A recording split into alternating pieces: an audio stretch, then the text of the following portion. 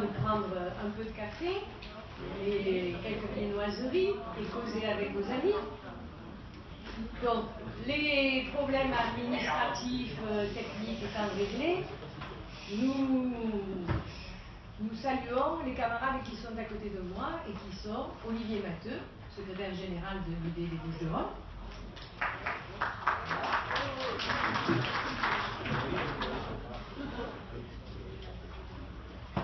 Et Guy Canfrin, à côté, qui est représentant le comité régional.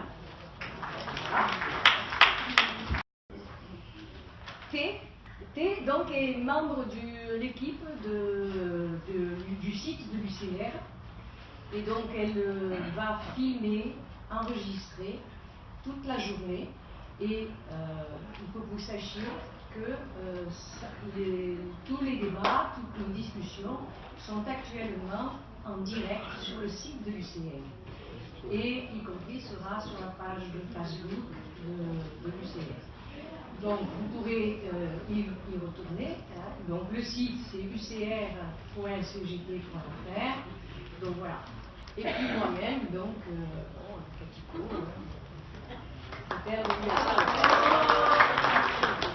et membre du bureau national de l'UCR. Donc je souhaite saluer. Donc voilà, vous voyez, ça commence mal parce qu'il me manque un bout de page. Tu vas trouver voilà. Donc c'est au nom de l'UD, CGT des Bouches-du-Rhône et de l'USR que je vous souhaite la bienvenue et vous remercier d'avoir bravé le froid pour participer à la réussite de cette journée débat, dont le thème, je rappelle, est sur la place et le rôle des retraités dans la CGT et comment faire vivre la résolution retraitée qui a été votée, que nous avons votée au 51e congrès. Et comme nous sommes toujours dans la période des vœux, permettez-moi, au nom de l'UD et de l'USR, de vous présenter tous nos meilleurs vœux pour 2017. Une année lourde d'enjeux économiques, sociaux, sociétaux, voire de civilisation.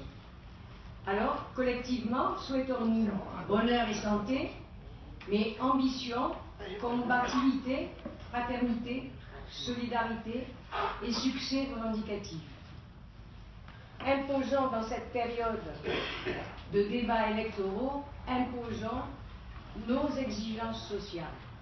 De l'argent, nous savons qu'il y en a, allons le chercher et exigeons que nos revendications soient entendues.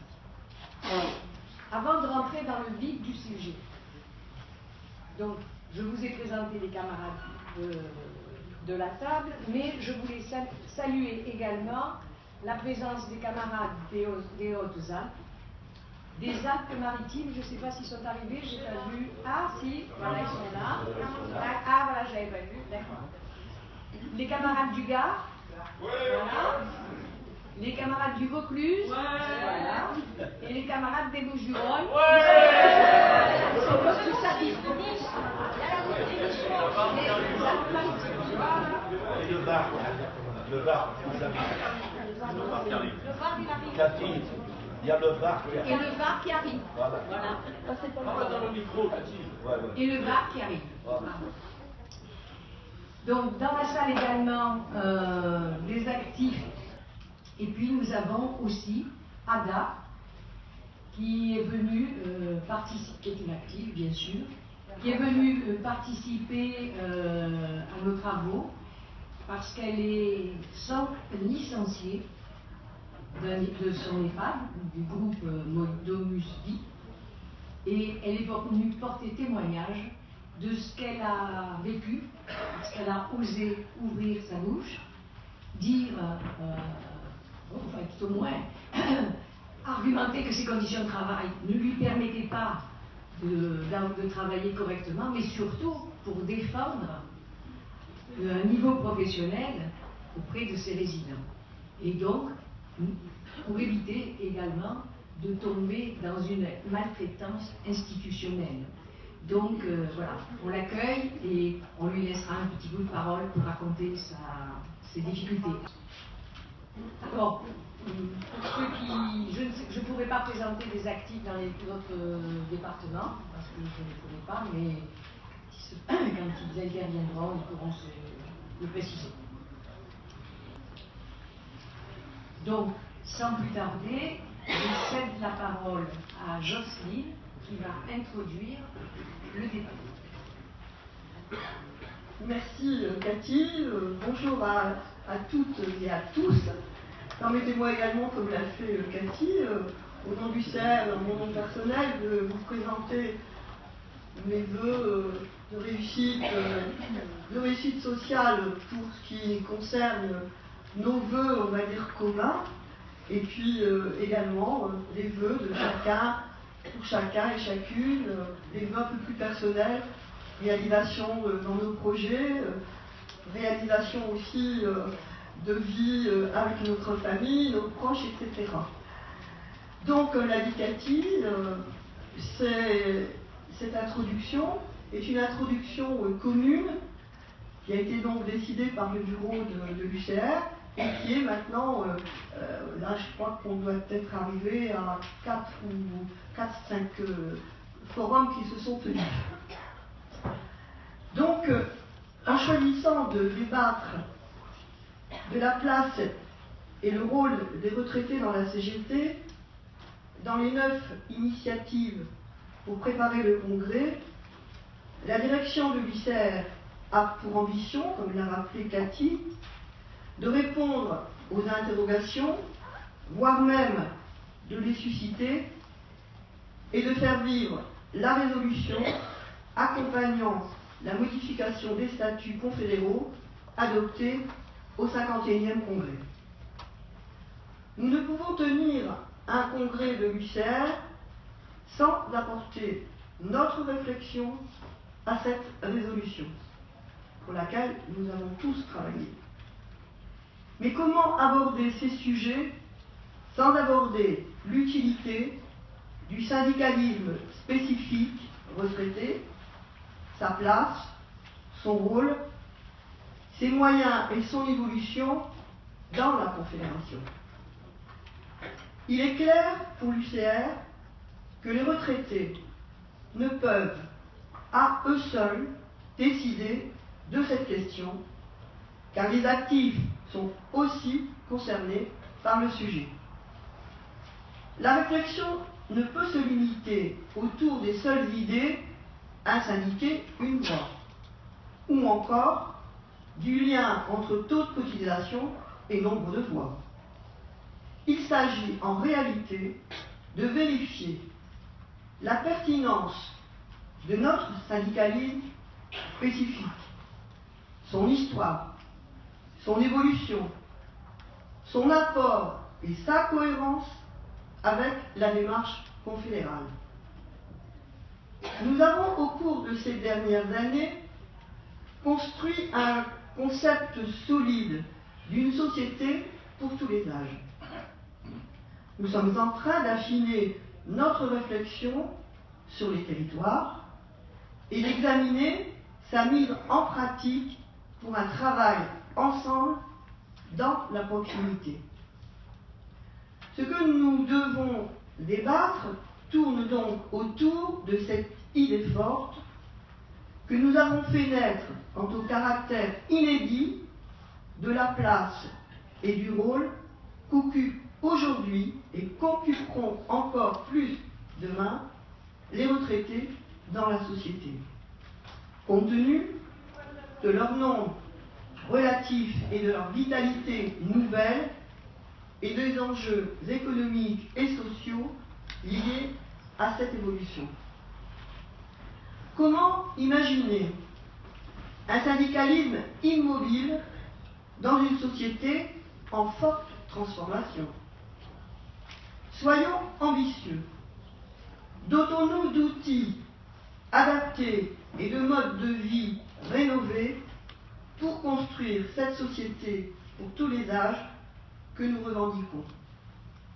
Soyons également modestes, donc réalistes, car nous savons bien, les uns et les autres, que les évolutions, les nôtres, ne se décrètent pas d'en haut, mais qu'elles exigent le temps et la conviction. Assurer la défense des intérêts, les revendications des retraités, leur place et le rôle dans la CGT, dans les soucis de la mise en œuvre des solidarités intergénérationnelles et des spécificités de chacun. Construire une CGT pour tous les âges représente donc un défi pour toute la CGT. Du fait de l'accroissement massif du nombre de retraités, 13% de la population en 1900, 23,8% aujourd'hui et 31% en prévision en 2035. Il représente désormais une force sociale déterminante pour peser en convergence avec les salariés actifs sur les choix économiques et politiques et imposer leur réorientation pour un développement humain durable dans l'objectif de construction d'une société pour tous les âges. Jamais auparavant, aucune société n'a connu un tel phénomène.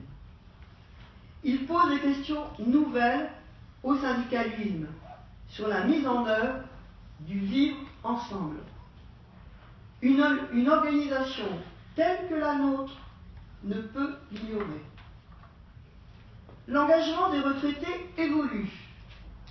Nous sommes passés d'un syndicalisme de solidarité à un syndicalisme revendicatif solidaire. Le salaire socialisé solidarise retraités et actifs. Le droit à retraite est financé par le salaire socialisé de ceux qui sont actuellement en activité professionnelle, tout comme l'ont fait les retraités lorsqu'ils travaillaient. Cette forme de solidarité, qui trouve son origine dans le partage des richesses créées par le travail, est combattue par ceux qui n'ont de cesse d'utiliser l'opposition entre les générations pour permettre évidemment au patronat de récupérer la part du salaire socialisé. Salaire qui est tenu de reverser à la sécurité sociale. Pour construire le syndicalisme que nous voulons, arrêtons donc de réduire le retraité à son passé, mais pour lui permettre de bâtir son avenir. Dès 1967, le 36e congrès de la CGT décide de créer dans chaque syndicat, chaque UL, une section de retraités. L'espérance de vie était alors en moyenne de 5 ans après le départ en retraite.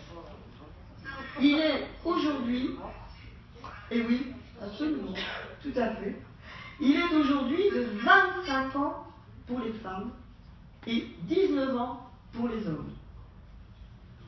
Le premier congrès de l'UCR en 1982 atteste la lente maturation des idées dans le mouvement syndical et inventorie les questions qui vont se poser à l'UCR dans les 30 années à venir. Ce n'est qu'en 2003 et 2007, au congrès de Tours et de Dijon, que l'on développera le concept d'une société de tous les âges. Société à inventer, puis sans modèle existant. Étant donné que c'est la première fois dans l'histoire de l'humanité que se dessine une telle répartition des âges. On a déjà pu en parler ensemble. Un tiers en formation, un tiers au travail, un tiers à la retraite. Il y a dans la CGT une réelle méconnaissance de l'UCR et de ses organisations, et l'intérêt que les retraités ont de s'y engager. Le nombre de syndiqués retraités est partie intégrante du rapport de force. Or, celui-ci n'est pas en notre faveur. 700 000 syndiqués à la CGT, dont 110 000 retraités. Depuis plusieurs années, nous constatons une perte d'adhérents à l'UCR. Nous rencontrons des difficultés sur l'adhésion et la continuité syndicale. Par exemple, 12 000, mais on dit même aujourd'hui 19 000, syndiqués retraités sont restés affiliés dans les syndicats d'actifs, sans pour autant être identifiés comme retraités. Cela tient certainement, pour beaucoup, à la méconnaissance des enjeux que représente le syndicalisme spécifique retraité. Pour cela, nous avons notre presse Vie Nouvelle, une revue adressée aux retraités tous les 2 mois, mais la revue s'adresse aussi aux actifs. Nous avons besoin de rendre visible et démontrer sa pertinence pour que ceux et celles à qui il s'adresse se tournent vers lui. Cela commence bien sûr et d'abord sur le lieu de travail en direction du futur retraité. La continuité syndicale n'apparaît visiblement pas comme une évidence dans la CGT.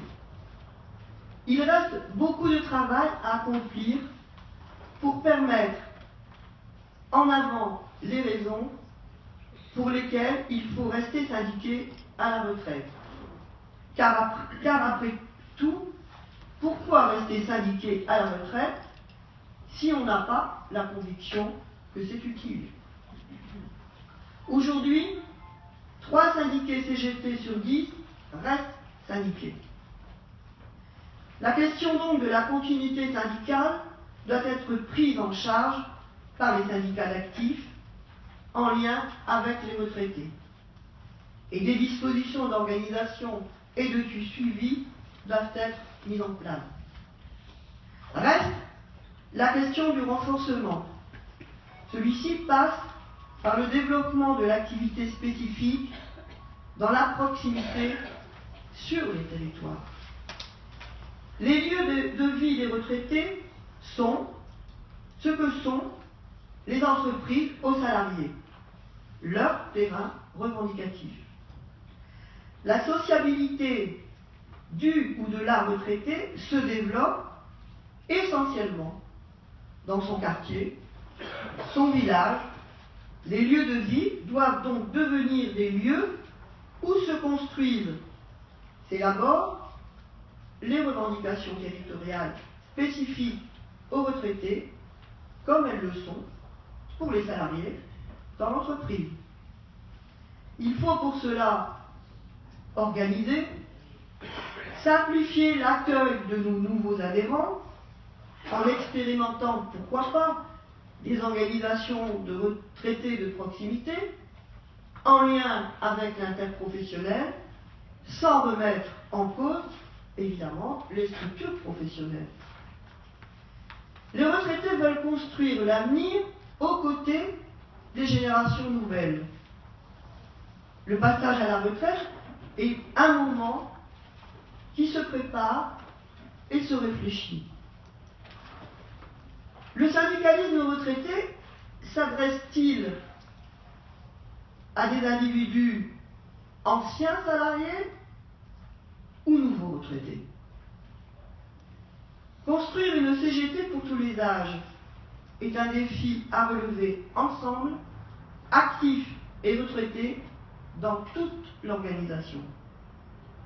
Cela pose la question de quel militantisme et quelle forme d'organisation de retraités dans la CGT. L'existence de structures professionnelles actives et retraitées, c'est indéniable, facilite la possibilité de continuité syndicale, notamment sur un statut, une convention particulière, un régime spécial, et favorise la durabilité du lien qui unit les salariés à leur entreprise. C'est sûr. Pour autant, nous ne pouvons ignorer que pour la grande masse des retraités, et tout particulièrement ceux qui ne sont pas syndiqués, le lien avec le syndicat actif est quasi inexistant. L'entreprise elle-même peut avoir disparu. Leur lieu de vie et de sociabilité peut alors être celui où ils peuvent se rassembler, s'organiser, pour décider démocratiquement de leurs revendications et de leurs formes d'action. Cela ne conduit pas à préconiser une rupture, on le dit un peu plus haut, avec la structure professionnelle, mais à privilégier sûrement un syndicalisme de proximité. La forme actuelle des retraités dans la CGT, notre fonctionnement démocratique, peuvent-ils résister à ce que sont devenus aujourd'hui les retraités dans la société? Peuvent-ils être suffisamment efficaces et attractifs pour permettre justement cette société pour tous les âges que nous revendiquons? La présence massive de retraités dans la CGT est possible et nous avons besoin de créer les conditions pour que les retraités en interne disposent des mêmes droits que les actifs, ce qui est loin de dénaturer notre organisation, car la démocratie est une force. C'est ce que nous avons gagné avec la résolution, et c'est ce qu'il faut mettre en œuvre dans l'entreprise, enfin, dans nos organisations et aujourd'hui dans la CGT. Créer les conditions du vivre ensemble dans la CGT implique bien évidemment une charte de bonne conduite précisant sous la responsabilité confédérale les champs d'intervention, les prérogatives et bien sûr les limites de chacun. On n'a pas la prétention de diriger demain la CGT. Cela pose également quelle représentativité des retraités à l'externe. Quelques exemples qui nous montrent qu'on a encore des choses à gagner, à faire évoluer. Aujourd'hui, seule la Confédération et ses organisations permettent à l'UCR d'être présent en tant que retraité, alors dans une organisation comme la CNAM, la Caisse nationale d'assurance maladie, OCD, donc les comités économiques et sociaux dans les régions, à la Caisse nationale solidarité autonomie, la CLSA, je dis pour les camarades qui sont un peu plus habitués avec les abréviations, et dans les CODERPA qui deviennent les CDCA. Seuls donc, qui sont donc là des mandats départementaux. Seul le CNAPA, donc, qui va devenir, et le Haut Conseil de l'âge, là où il y a effectivement des mandats de l'UCR. Par exemple, avec la loi sur l'adaptation de la société au vieillissement, l'ensemble des organisations de retraités ont dû intervenir avec force auprès du gouvernement, quand il y a eu cette mise en place, pour que les organisations soient présentes dans la gouvernance du Haut Conseil, et pas seulement les associations. Le gouvernement ne reconnaissait comme interlocuteur que les associations. Idem pour les CDCA, vous le savez, les conseils départementaux de la citoyenneté et de l'autonomie. Or, nulle part les organisations syndicales ne sont entendues où on peut comprendre que les retraités servent de variable d'ajustement aux politiques menées. Si on ne les entend pas, si on ne les écoute pas, s'ils ne sont pas présents Nous nous interrogeons à poser la question, on est dans le forum, on est dans un débat, on est dans une réflexion. Nous nous interrogeons donc de poser la question pour être représentatif. Faut-il que on réfléchisse ensemble à se donner un statut de retraité comme il existe un statut de l'étudiant? Interrogation. Pour conclure, l'UCR au sein de la Confédération n'est-elle pas la meilleure garantie que nous avons pour mener un syndicalisme revendicatif intergénérationnel? Évidemment, on peut toujours se dire syndicalisme intergénérationnel, mais c'est bien parce qu'on sera en intergénérationnel qu'on fera du syndicalisme intergénérationnel. C'est une lapalissade. Affirmer face au catastrophisme ambiant entourant la question de l'allongement de la durée de la vie, y compris quelquefois dans nos rangs, qu'il s'agit de l'une des meilleures nouvelles pour l'humanité depuis l'invention du premier outil ou de la création de la première peinture rupestre.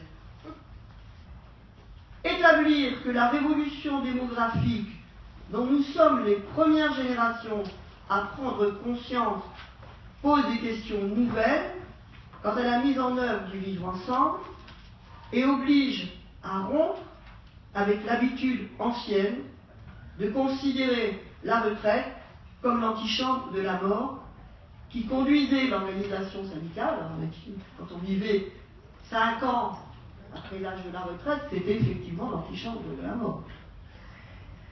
Et donc, qui conduisait l'organisation syndicale à ne prendre en compte que les préoccupations, certes importantes, liées au passage à la retraite, âge, ressources, pension et fin de vie, au détriment de l'immense question de l'activité des retraités dans la société pendant leur longue période de vitalité, et ce, alors que 85% d'entre eux sont en bonne santé. Le champ est forcément beaucoup plus large, on voit bien. On a encore presque 25 ans d'espérance de vie après la retraite. Si on limite nos revendications, entre guillemets, et sans être péjoratif, à des questions de vieillards, on va pas être bon, quoi. On va pas être bon. Enfin, il nous faut œuvrer à comprendre et peut-être à réinventer l'architecture d'une société où l'individu, contrairement au passé où il travaillait dès qu'on le pouvait, jusque qu'on n'en puisse plus, va au long de sa vie connaître des périodes différentes, puisqu'après une période d'apprentissage et une période de contribution, de création de richesse, nécessaire à tous, il bénéficiera, on se répète, on bénéficiera d'une longue séquence de temps disponible. Si nous situons cette évolution dans le projet progressiste d'une avancée de l'humanité vers toujours plus de satisfaction durable des besoins collectifs, dans le respect des désirs individuels, nous posons alors la question du développement culturel de l'humanité et de la participation de chacun à la mise en œuvre de ce devenir culturel. Nous avons l'intuition que l'émergence des retraités, porteurs d'un temps disponible conséquent, et par la suite d'une expérience augmentée, peut accélérer le processus de culturation de la société. Aujourd'hui, dans la grisaille et la désespérance du temps, faire du bonheur le sens de la condition humaine est encore une vertu révolutionnaire. Et comme il est entendu qu'une vie peut être heureuse doit l'être dans tous les âges, le combat qu'elle exige se doit être solidaire. Affirmer, consolider, voire construire cette société respectueuse de chacun, telle est, nous semble-t-il, l'une des ambitions de la CGT. Merci de votre attention.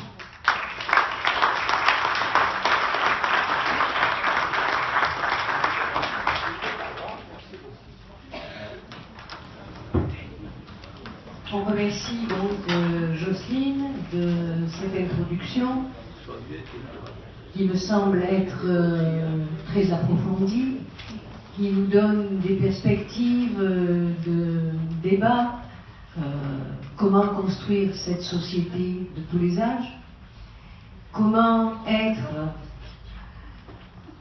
une CGT de tous les âges, et dans une perspective d'une autre grande partie de la vie, puisque maintenant on peut espérer, lorsqu'on part à la retraite, ou lorsqu'on partait à la retraite, parce que maintenant j'ai un peu de prendre quelques précautions, lorsqu'on partait à la retraite, on pouvait espérer plus de 20 ans de vie, de bonne vie. Aujourd'hui, déjà avec les reculs,